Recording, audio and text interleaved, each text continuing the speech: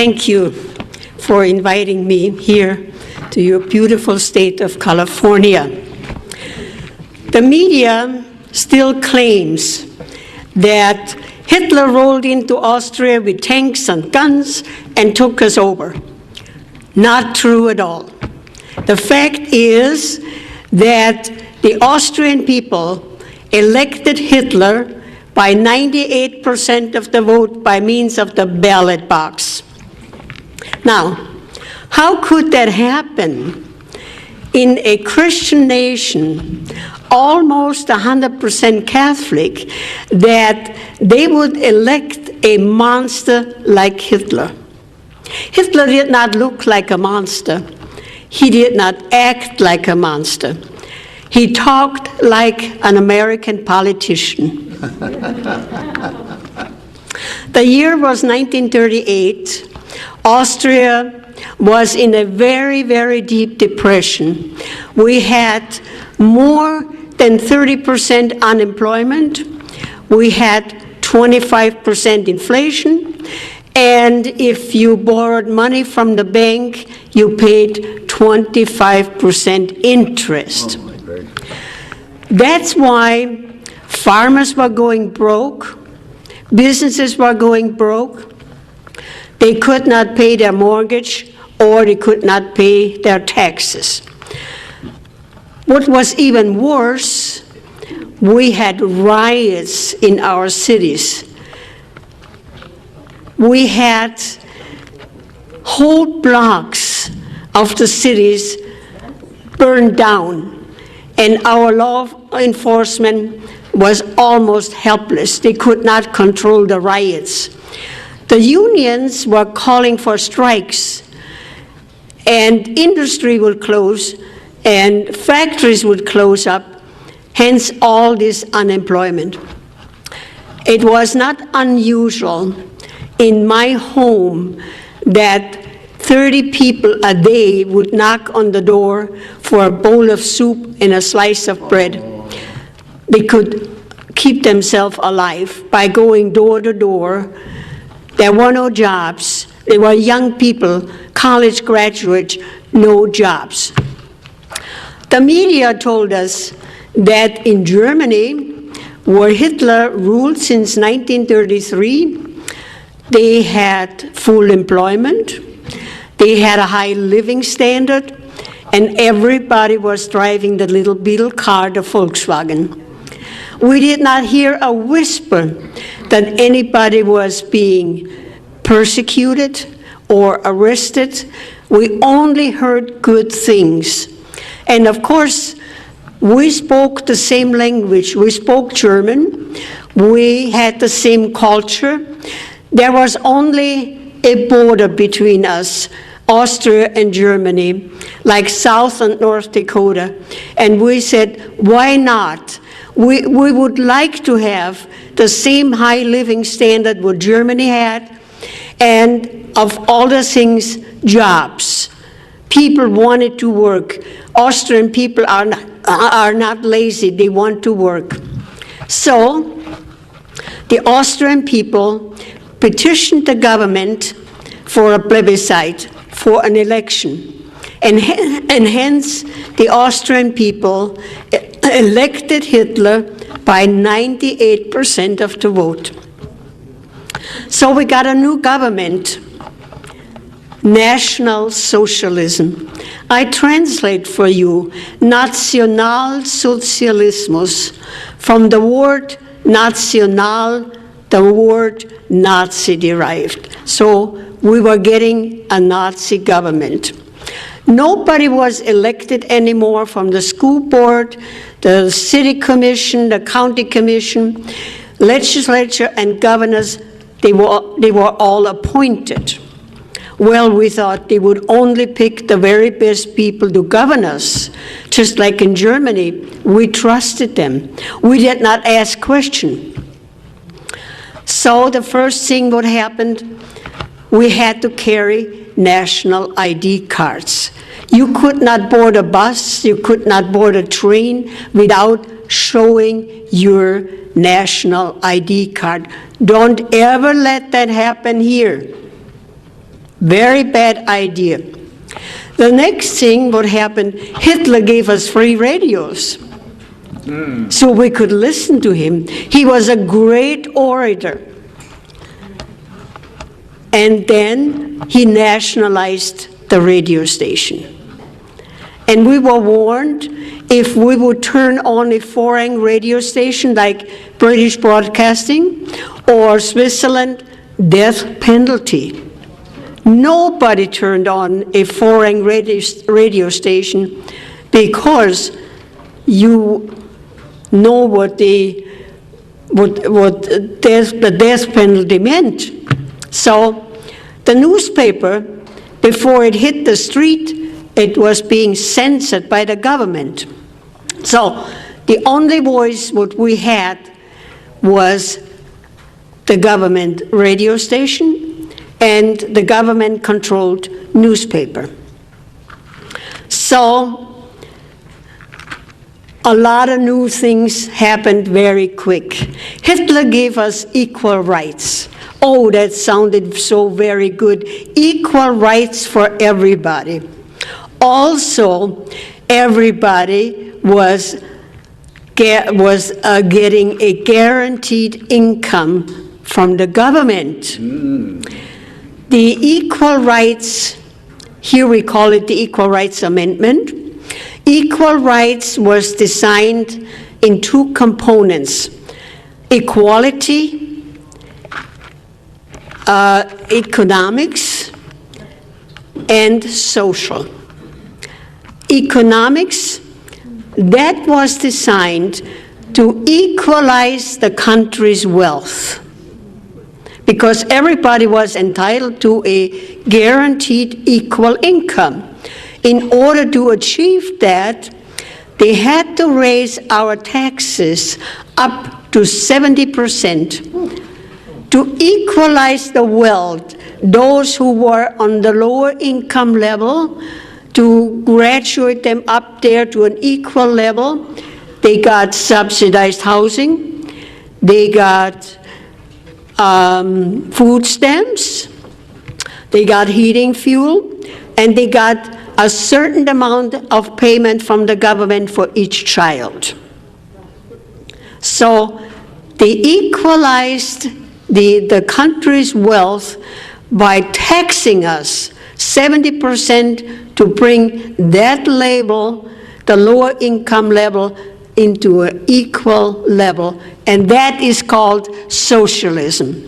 Yes. On the social level, of course, under socialism, everybody has to be in the workforce. Before Hitler, of course, the moms stayed home, they were good wives, and they raised their families. But under socialism, if you are not in the workforce, you are called a parasite. So the moms were being put out into the workforce, so what happened to the children? Child care centers. You could, and it was all free for everybody. You could bring your 4-month-old baby, leave it there 24 hours, 7 days a week. As longer you left your child there, the better the government liked it. The staffers of the child care centers, they were not the grandmotherly type of women who took care of the children. They were young women, highly skilled in child psychology, to mold the little babies from 4 weeks on up how the government wanted them. The government raised our children. So that was the equality, equal rights for everybody. The next thing what happened, education was nationalized. We had a very good educational system in Austria before Hitler. I went to public school. We had a very good curriculum. We even prayed in public school before class and after class. That morning, after the election, I walked into my classroom and the crucifix was gone. And the teacher said, this morning, we greet each other, Heil Hitler. And she said, we don't pray anymore.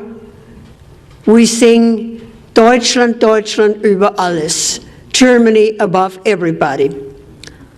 And she also said, we would not have twice a week religious education anymore either. We would have physical education instead. Oh, we did not mind that. It was a lot more fun to play ball than study the Bible or learn long prayers. She also said that on Sunday we could not go to church anymore because Sunday was compulsory National Youth Day. We had to attend at 8 o'clock in the morning to the gymnasium instead of going to church. The first 2 hours we had political education. Today I would call it political indoctrination. We were being told not to listen to our parents. They were just old-fashioned old fogies. They did not understand the young people. Only Hitler did. So don't listen to your parents anymore. And besides, you had freedom and you had rights. So our parents could not tell us anymore when to come home at night. We could decide that for ourselves. The rest of the day we had sports. We got all the sports equipment free. We got tennis rackets, we got skis, everything. And the boys of age 16, they got motorcycles. And of course, everybody had to join the Hitler Youth. That was compulsory. So the rest of the day we had sports and fun. So when we returned home at night, we told our parents how much fun we had and how much better it was, and all the sports equipment we got free, much more fun than going to church. Well, my parents were very concerned, especially my mother. So when my next school term came about in October, she announced that she would enroll me in a private school with an excellent curriculum, but not much fun. Off we went to the new school, high wall around, and a locked iron gate. And as I bid my mother goodbye at the gate, I almost hated her. I thought she was going to put me into a prison. But she was a wise woman. She said, today you do not understand why I'm doing this for you. But when you grow up a bit, you will understand. Had my mother not intervened, today I would be a radical Marxist. So, on holidays, I could go back home for a visit. Of course, I was curious. I would go back to my former classmates and find out what was going on. I was shocked. 16-year-old girls were having babies for Hitler, and that was glorified. Oh, Hitler wanted a lot of babies, blonde hair and blue eyes, the master race. I was shocked. So that was our educational system. Hitler also nationalized our car industry. Austria built a little car, a little bit bigger than a Fiat. Hitler said, we don't need another little car, we already have the Beetle car, the Volkswagen. So he turned the car industry into a defense industry. Also, Hitler nationalized our banks. Hitler said, those greedy banks, they were the ones who charged 25% interest. And that is why the farmers were going broke and the businesses were going broke. And he looted the Jewish banks. So our banks were being nationalized. Next thing, what happened, he nationalized our healthcare system. We had a reasonable good healthcare system, which was financed by private insurance. We had good hospitals, we had good doctors, and everybody was reasonably well being cared for. This all changed very fast. My brother-in-law, who was a family physician, he told me that when he arrived at his office at 8 o'clock in the morning, 40 patients would be lined up waiting for him to be cared for. He said it was like practicing medicine on a conveyor belt. He only had time, 5 or 10 minutes per patient, and besides all the paperwork, it was a system from well taken care health care to a very, very bad system. And what was even worse, he told me that naturally all the doctors were being salaried by the government. There was no more free market. Free market did not exist anymore. The government salaried all the doctors. So my brother-in-law was a very conscientious doctor. He would only prescribe medication what the patient really needed. But if that medication was not on the government's list, they took it out of his salary, and his salary dwindled down to almost nothing. So a lot of doctors left the country. A lot of doctors left, including my own husband. My husband did not want to practice medicine like his brother had to. He wanted free market medicine. He came to this country, and I remember telling me how wonderful our healthcare system was, how modern our hospitals were compared what he left behind. He said, I hope it will never change. Today, he will turn over in his grave how healthcare will change. Also, of course, under a socialist government, you have a lot of rules and regulation.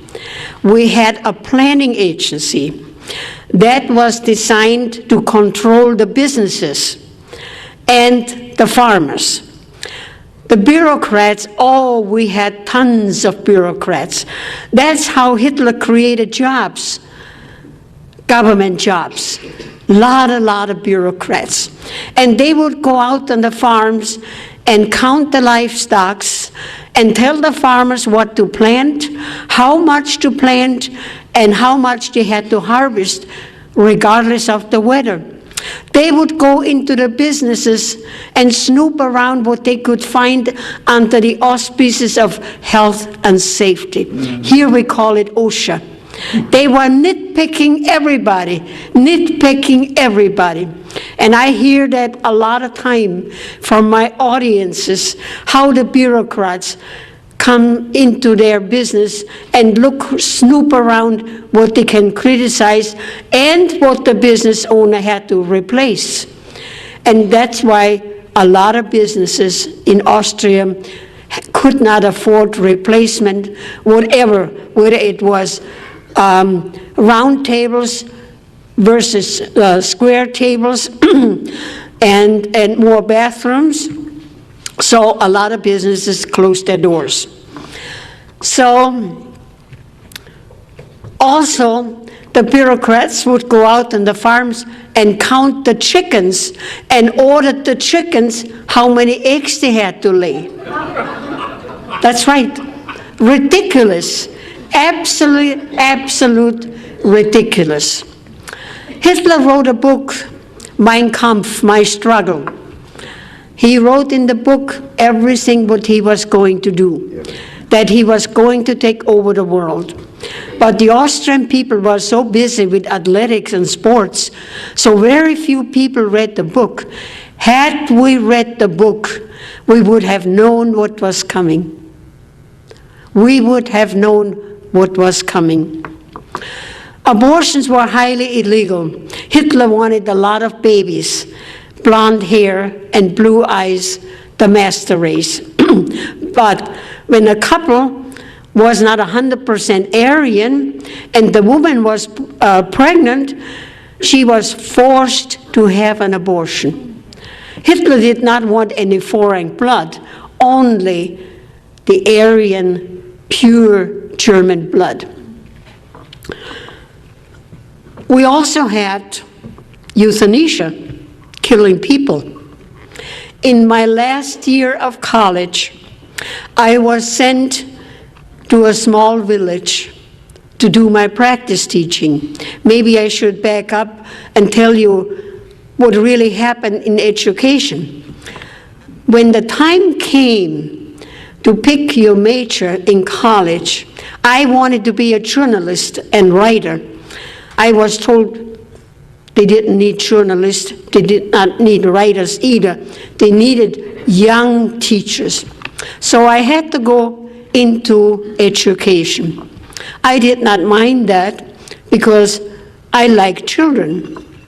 So in my last year in college, I was sent to a small village in the mountains, and I was told that because in the wintertime, the mountain passes would close up because of the masses of snow. So people in that village, they intermarry family into family. And we know by genetics that sometime the offsprings, the baby, is a bit mentally handicapped. So when I arrived in that village, I was told they had about 15 of mentally handicapped people. One man I know very well, he was the janitor in our school, Vincent. He could not read or write. He could not talk very well, but he kept our school clean. So one morning, I looked out of my classroom window, and there was a van out there from the health department. I thought, well, and all these people were being ushered into the van. So I asked my principal, where are they going to take Vincent and all the rest of the people? I thought maybe they take him for an outing, for a picnic. The principal said, oh no, the health department came around and asked the parents if they want to institutionalize their son or daughter to learn how to read and write. Gladly the parents signed the papers and off they went. 6 months later, the letters came to the parents that their son or daughter died a natural but merciful death. The news traveled very fast in that village. People said, well, they all left in excellent health, in good health. And why should they all die within 6 months? It dawned on the villagers that they were being euthanized. After the war, I found out that 20,000 children, handicapped children, were being euthanized. Hitler wanted perfect people. On a personal note, God forbid, should I ever become handicapped, I will never apply for a handicapped license plate because I don't want to get on the list. Amen. And I know that under Obama's health care, we have eugenics. And that means those of us who are getting old, like me, I'm 87 years old, there is no more money for us. So that was euthanasia. We also had a federal police force, secret police, commonly known as the Gestapo, and they were everywhere in civilian clothes. You didn't know who they were. People disappeared all the time, and nobody knew where people were being taken. Nobody knew, but people disappeared. And the Gestapo, they watched everybody's coming and goings, because we had national ID cards, and of course you could not board a bus or a train without showing your national ID card. They keep track on us, and we were being so scared. The most scared of everything we were of the Gestapo, the secret police. This is how it worked. Since the war was going on, all our food was being rationed. We got 1 pound of sugar a month. So if somebody in your family passed away like grandma, you quickly took that coveted sugar coupon and went to the grocery store and bought that pound of sugar.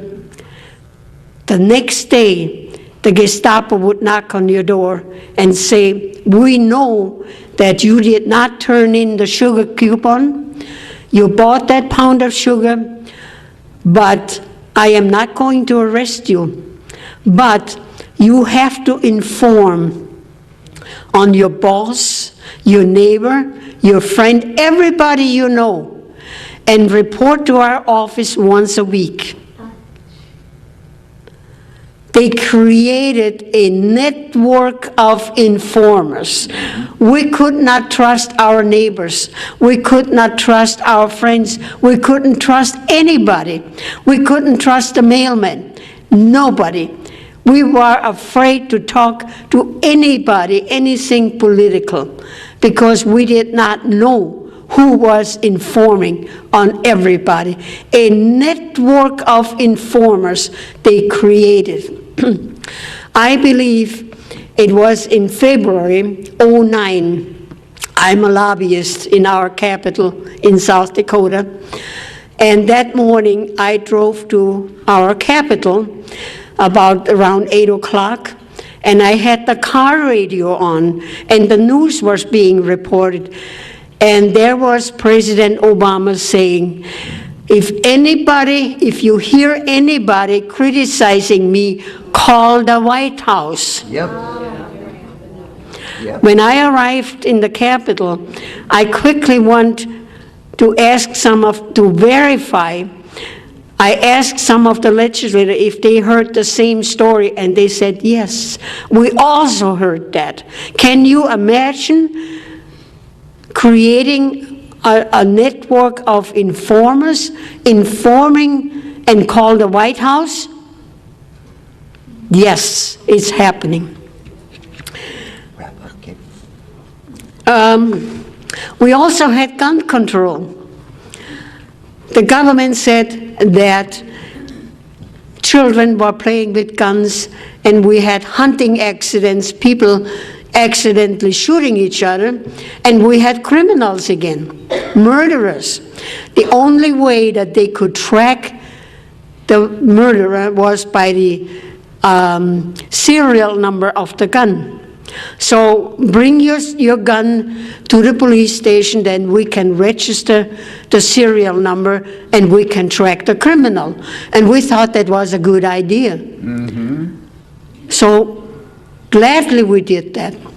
Not long afterwards, they said no, it did not help. We could not track all the criminals.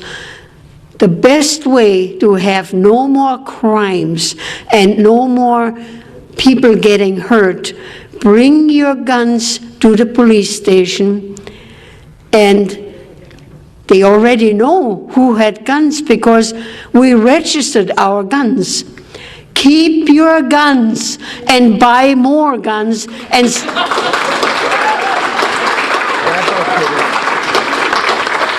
stack up on your ammo.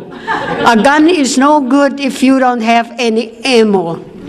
Dictatorship did not happen overnight. It took 5 years, from 1938 until 1943, we had a full-blown dictatorship. Had we kept our guns, we would have fought a bloody battle to the last man and women to keep our freedom. But we had no guns. A classic example is, in Switzerland, it is law that everybody has to have a gun. And Hitler took every country in Europe except Switzerland. And Switzerland did not have a war for more than 600 years. Hitler never tackled Switzerland. So keep your guns. Keep your guns.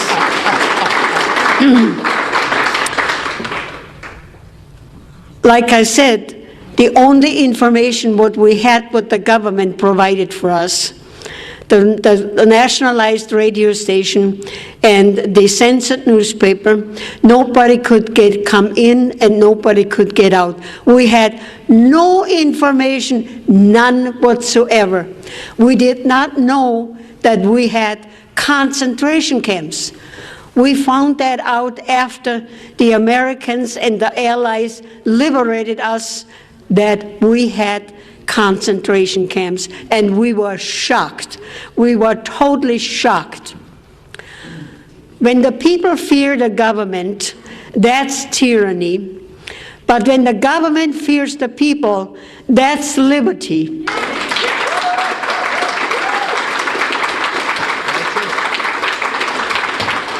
We have to take our country back as we know it. And a good way is that we educate our friends, everybody. I have my speech on a DVD. I urge you to have house parties, play my DVD, invite your neighbors, your friends, and educate them on socialism. We are almost 80% there. We have to take our country back as we know it. Those of us who sailed past the Statue of Liberty, we came to a country of unbelievable freedom and opportunity. America is the greatest country in the world. Amen. If we can keep it.